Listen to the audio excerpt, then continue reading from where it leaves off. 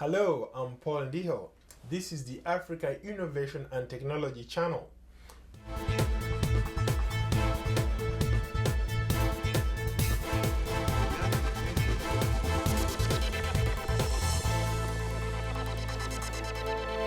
Every week, we strive to bring you stories that inspire, empower, engage, and motivate young African innovators using new technology into action. Earlier this week, in front of 500 exceptional young African leaders, President Barack Obama announced the renaming of the Washington Fellowship for Young African Leaders in honor of the late and apartheid hero, Nelson Mandela. He also announced that the United States intends to double the number of annual participants in the Mandela Washington Fellowship to 1,000 by the summer of 2016. The Mandela Washington Fellowship is the flagship program of President Obama's Young African Leaders Initiative, YALI, and embodies President Obama's commitment to invest in the future of Africa. In this week's special edition, we'll focus on this year's summit held here in Washington, D.C. Hundreds of Africa's emerging young leaders are gathered in Washington for a 3-day summit that includes a meeting with President Barack Obama. The summit is a highlight of a 6-week U.S. fellowship that has given about 500 young Africans a chance to sharpen their skills through coursework and professional development. I'm a social entrepreneur who empowers women and youth through handcraft making in the Orenzo region in Uganda, so that they're able to improve on their household incomes. I manage a not-for-profit back home. It's called Winners Circle Association, and we promote youth entrepreneurship.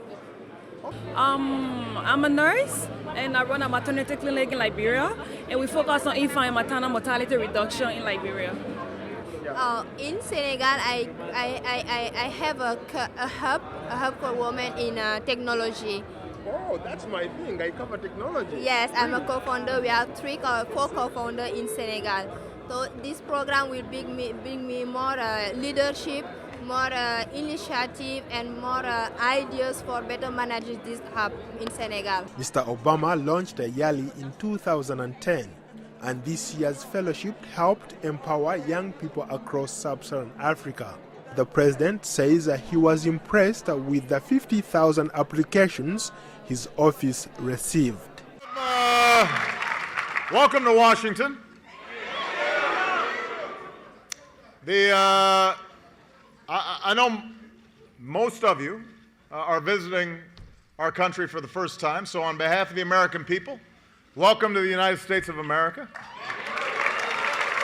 These 500 fellows, a number the president hopes to double in the next 2 years, are seen as some of Africa's most promising young leaders. Tell me a little bit about your experience so far. It's been a nice one. I've learned a lot about business. I did business track, and I saw good models, especially from agriculture and mining, manufacturing, everything about laboratory.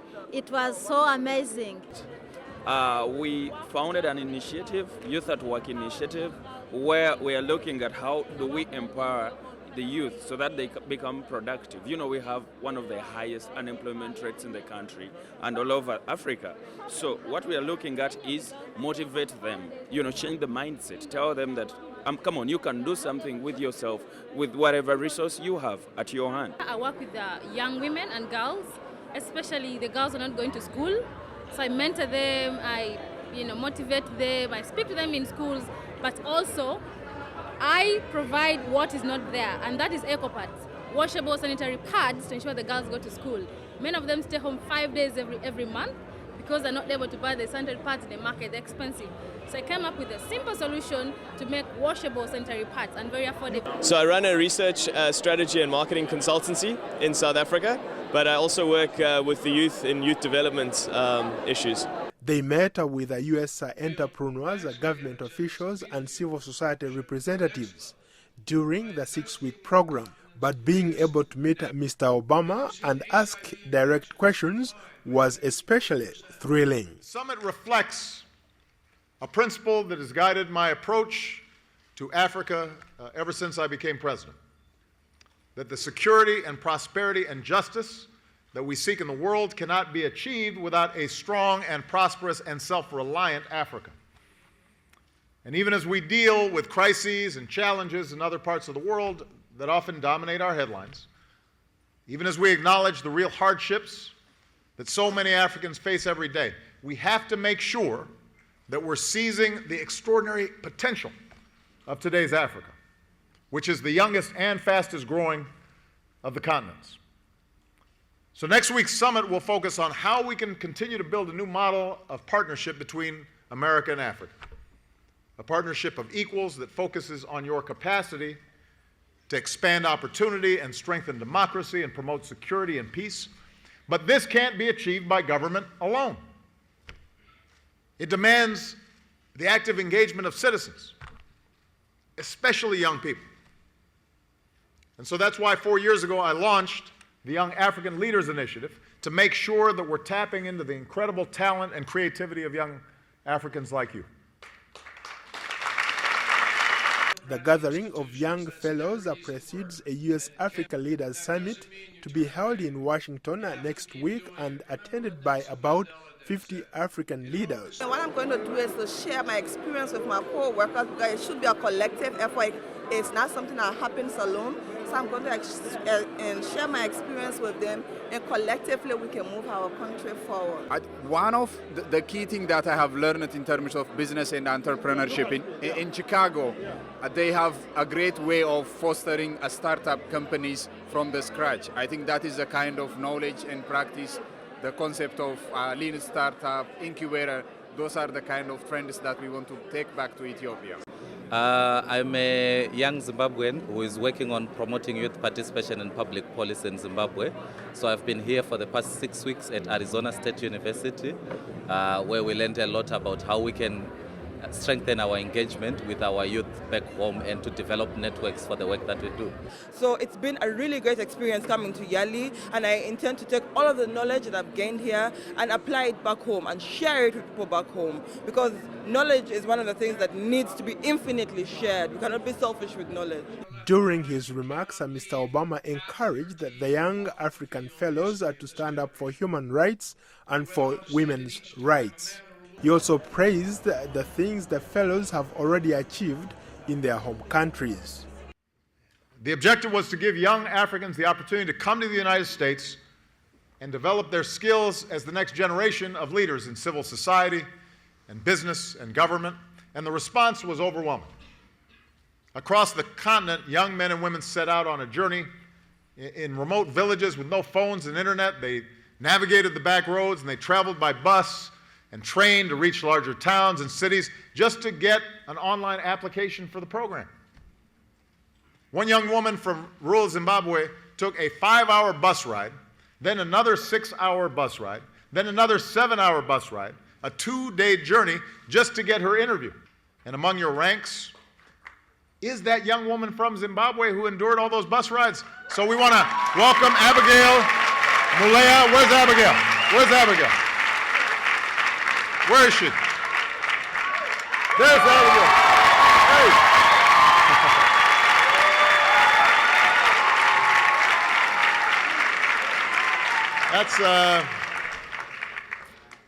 That's a lot of bus rides.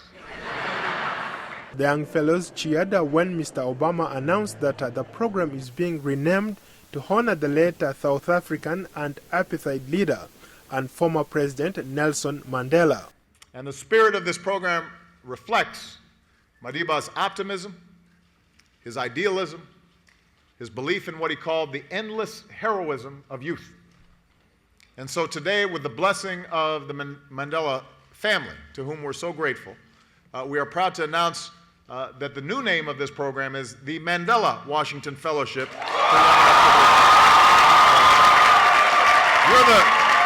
Very excited that now the fellowship is called Mandela Fellowship, and as a South African, I feel very proud because Mandela stood for youth activism, Mandela stood for peace, Mandela stood for good governance. So for me as a young South African and in particular a young African, I'm so proud and I'm so happy that now we are members of Mandela Fellowship Program.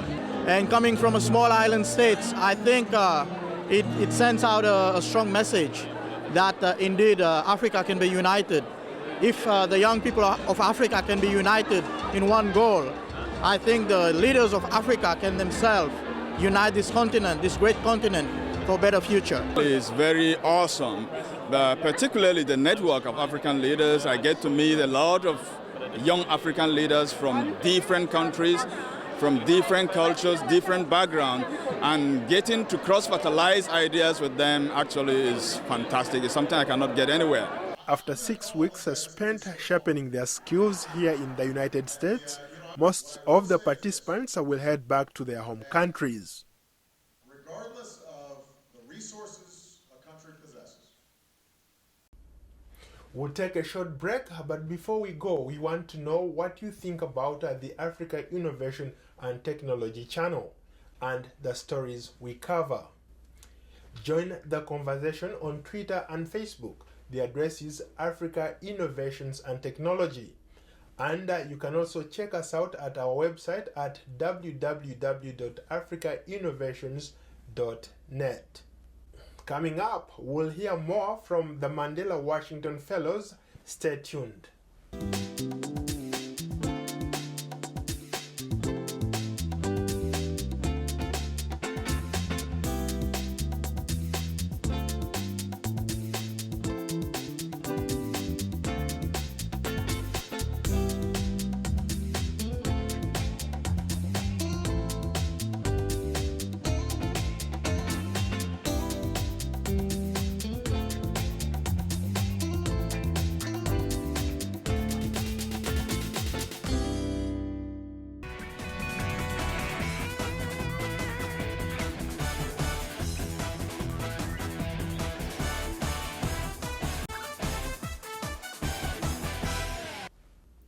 Welcome back to the Africa Innovation and Technology channel, a show where we strive to bring you stories that inspire, empower, engage and motivate young African innovators using new technology into action.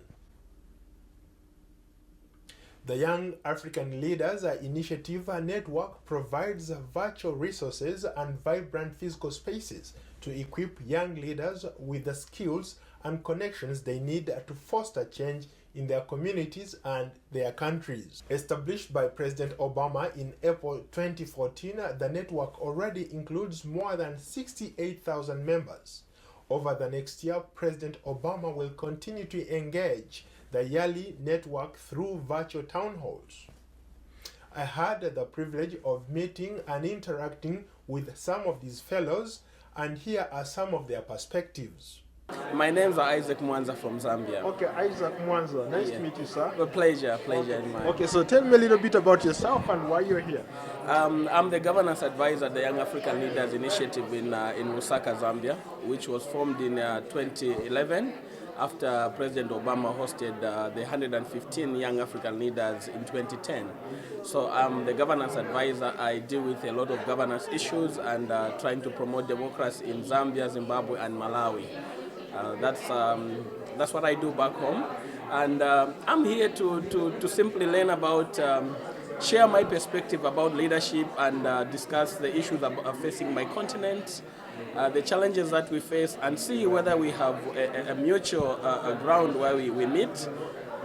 And also for the American people to also understand what we go through home and what we think about democracy, what we think about our governance system, with a view that we can perfect our governance system, because that has been the cry of our citizens for a long time. My name is Jose Lapsh. Okay, tell me a little bit about you and why you're here.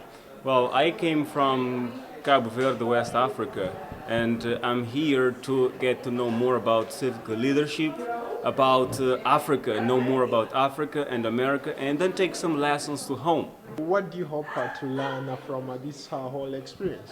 Well, by the end of this experience, I hope to get knowledge about leaders, to differentiate a leader from a boss, a leader from someone who just uses power for his own benefit, I hope to learn how leaders can really take people out of a status quo to a new state where they would like to be. How are you? I'm really well, thanks. How are you? I'm well, thank you. What's your name? My name is Zilla Milupi and I'm from Zambia. Zambia. How do you plan to use whatever you've learned out here back home? Well, I think it's been amazing because we've gotten such like a diverse, so I've taken so many diverse lessons away from the Washington Fellowship. There's an academic side, and that really is going to help us with like the nitty gritty and the management of the NGO. But there's also been things about working with communities. How do you better engage communities? How do you better engage funders and donors so I think there's a lot that we're going to take that is about structuring your program, structuring your NGO, but also just interacting with people, different stakeholders. What's your name? My name is Edmar Nyaga from Guinea-Bissau. Okay, tell me a little bit about yourself and Guinea-Bissau. Wow, what brings you to America? I'm here because I was selected to this program, this yearly program, the Young African Leaders, the President Obama initiative. I'm the lawyer. I'm working in human rights issues. I'm an activist of human rights. I'm here to learn more about leadership. And after when I'm back home, I hope to put everything I learned here in interest of my community. Good, thank you, sir. What's your name? Jean-Marc Afessi Mbafo, it's my name, and I'm from Cameroon. From Cameroon? Yes, sir. Okay, Paul Biya's country. Yes. Okay, tell us a little bit about Cameroon and what brings you here. What I can tell about Cameroon is that Cameroon is a peaceful state. That's I would say, one country in sub-Saharan Africa that has gone for 32 years of stable peace, no civil unrest. It's been quite peaceful. It's a peaceful country. Okay. I think that's the hallmark and the trademark of my president. Atieno, where are you from? I'm from Uganda. Which in part? East Africa, from the eastern part of Uganda, along Bale Terrenyiro. Okay. What you are doing is remarkable. Because I remember growing up, I'm also from Uganda. I went to boarding schools, mixed schools, and I used to see young girls going through that, and it was something that somebody really needed to figure out how to deal with that. Yes. So, how much of an impact do you think that has had on the young girls? Oh my goodness, amazing impact. When I first did the prototype, I did on about 200 girls to just test the product in the community, but then there was overwhelming demand. Because the girls use rugs or they sit on sand. So the impact that the product has had on the girls, I've seen increased retention of the girls in school. I've seen reduced early marriages because most of them would get money from older men, so they give them the money to buy the pads. So that has reduced, and we are constantly monitoring these girls in the schools. And for me, that is a great impact. Now, seeing, educating this girl, we're educating the whole of Uganda. I'm Rumbitsa Itowe from Zimbabwe. Okay, tell me a little bit about you and why you're here. Okay, so I am a lawyer by profession, but I work mostly as a legal researcher in Zimbabwe. I'm a human rights defender, an advocate for social justice, really. And the reason why I'm here is because I found this opportunity to be a great opportunity for me to learn a little bit more about how I can do my work better. My work has put me in a position of leadership. I was thrust into a position of leadership, really, and I needed to be able to know how to maneuver the ground and to interact with people from the continent, learn lessons from them, and bring all those experiences together to enhance my own work. My name is Irene Ikomu. I'm from Uganda. Okay, you're from Uganda? Yes. What brings you here? Well, back home I'm a lawyer, and I coordinate an initiative called Parliament Watch Uganda that basically tracks and monitors our parliament and then shares the information on social media. Share with us your experience. What has it been like you coming here for this program? It's been very interesting. It's my first trip to the United States, and it's not what it's like in the movies. And everyone so far in Charlottesville has been very nice. We have great teachers. The program has been great. I think we're learning a lot. And it's also been a great space. You don't have enough spaces where different people working and doing different things on the continent can come together and share. And so this has been a great way for many of us who are doing different things and initiatives back home to come together and share ideas and get to know what we're doing differently, and then try to share experiences and try to help each other grow and solve their problems back home. I'm Sarah M. Johnson from Liberia. Okay, tell me a little bit about yourself. I do work with the President's Young Professional Program assigned at the Ministry of Finance Budget Department. Okay, how has this experience been so far? Well, it has been a wonderful experience so far. I've met with young Africans from all across Africa. I also had a chance to meet with American partners, share experiences and how their culture varies from ours. Tell me your name. What's your name? My name is Jonas. I'm from Ethiopia. Well, how would you like to transfer what you've learned here back to Ethiopia?